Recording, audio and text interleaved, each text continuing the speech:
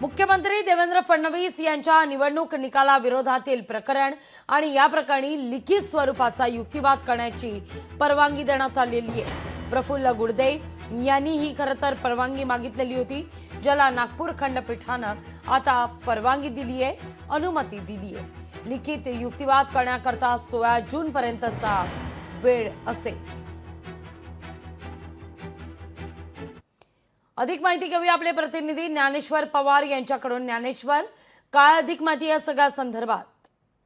अगदीच आपण पाहायला गेलं तर विधानसभा निवडणुकीमध्ये महाविकास आघाडीच्या अनेक पराभूत उमेदवारांकडून जे आहे ते महायुतीच्या उमेदवारांच्या विजयावर जे आहे ते आक्षेप घेण्यात आले आणि त्या संदर्भात महाविकास आघाडीच्या नेत्यांनी नागपूर खंडपीठामध्ये जे आहे ते याचिका दाखल केली आहे। काही अनियमितता जी आहे ते निवडणुकीमध्ये आढळून आल्याचा दावा त्यांनी जे आहे ते याचिकेमध्ये केला आहे आणि या संदर्भातील सुनावणी पार पडली। त्यामध्ये जे आहे ते आता काँग्रेसचे जे पराभूत उमेदवार आहेत प्रफुल्ल गुडदे पाटील, त्यांनी जे आहे ते युक्तिवाद जो आहे तो आता लिखित स्वरूपामध्ये करण्याची जी आहे ते त्यांनी परवानगी मागितलेली आहे। त्यामुळे आता 16 जून पर्यंत जे आहे ते खंडपीठाने संबंधित युक्तिवादाला जे आहे ते वेळ दिलेला आहे।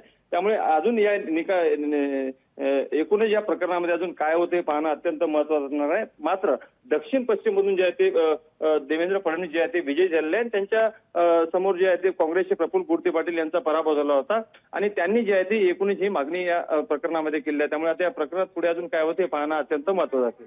निश्चित। ज्ञानेश्वर, धन्यवाद तुम्ही दिलेल्या सविस्तर माहिती करता।